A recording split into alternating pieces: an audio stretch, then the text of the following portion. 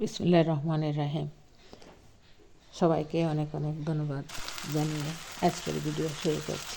কেউ যদি অভিমানে তোমার সাথে কথা না বলে বুঝে নেবে সে তোমার আড়ালে নিজ করে, আর কেউ যদি না দেখে কাঁদে বুঝে নেবে সে তোমার ভীষণ ভালোবাসে। ভাগ্য তোমার হাতে নেই সত্যি, কিন্তু সিদ্ধান্ত তোমার হাতে। ভাগ্য কখনো সিদ্ধান্ত নেয় না, তোমার সিদ্ধান্তই তোমাকে ভাগ্য এনে দিতে পারে। মিষ্টি কথা নয়, লবণের মতো যারা তিক্ত কথা বলে তারাই তোমার প্রকৃত বন্ধু। ইতিহাস সাক্ষী আছে, লবণে আজ পর্যন্ত পোকা ধরেনি। কিছু লোকের ধৈর্য হলো চুপ থাকা, যদিও অনেক কিছু বলার থাকে, কিন্তু তারপরেও এরা চুপ থাকে, কারণ এরা ওইসব লোকের সাথে ঝগড়া করতে চায় না যাদের এরা মন থেকে ভালোবাসে। চুপ থাকা একটি সুন্দর অভ্যাস যখন আপনি খারাপ লোকদের সঙ্গে থাকেন। চুপ থাকাও অনেক কিছু বলে দেয়, আপনার দুঃখ, রাগ, জেদ ও ধন্যবাদ। সম্পর্ক দেখানো যায় না, পালন করা যায়, সে দূরে থাকুক বা কাছে।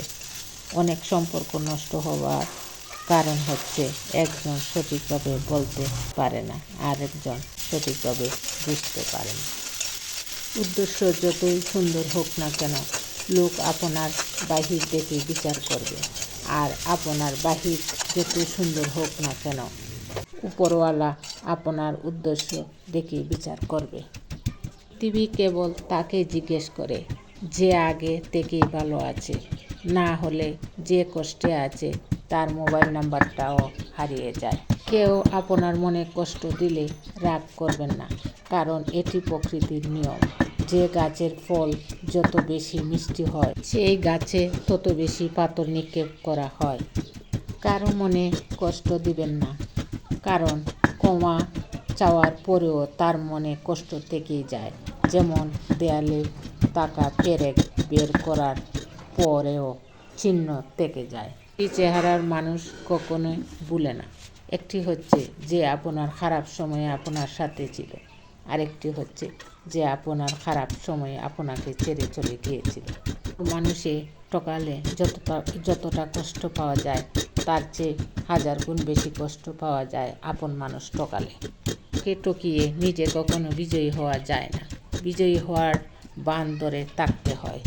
ঠকানো হতে পারে খুবই সহজ কাজ, কিন্তু তাতে প্রকৃত শান্তি পাওয়া যায় না। সৎভাবে কিছু অর্জন করা খুবই কঠিন হতে পারে, কিন্তু সেটা সৎ। কাউকে টকিয়ে কিছু অর্জন করা সহজ হতে পারে, কিন্তু তা ক্ষণস্থায়ী, দীর্ঘস্থায়ী নয়। যে একবার ঠকাতে পারে সে বারবার ঠকাতে পারে। নিজেকে সুখী রাখার সব থেকে সহজতম পন্থা হলো নিজেকে ব্যস্ত রাখা। নিজেকে ব্যস্ত রাখলে মনের ভিতরে কুচিন্তা প্রবেশ করে না। কিছু মানুষ ব্যস্ত থাকার জন্য সব কিছু ভুলে যায়, আবার কেউ কেউ সারাদিন নিজেকে ব্যস্ত রেখেও কিছুই ভুলতে পারে না। হ্যালো এভরিওয়ান, আমার এই ভিডিওটি ভালো লাগলে লাইক, কমেন্টস ও শেয়ার করবেন। ধন্যবাদ সবাই।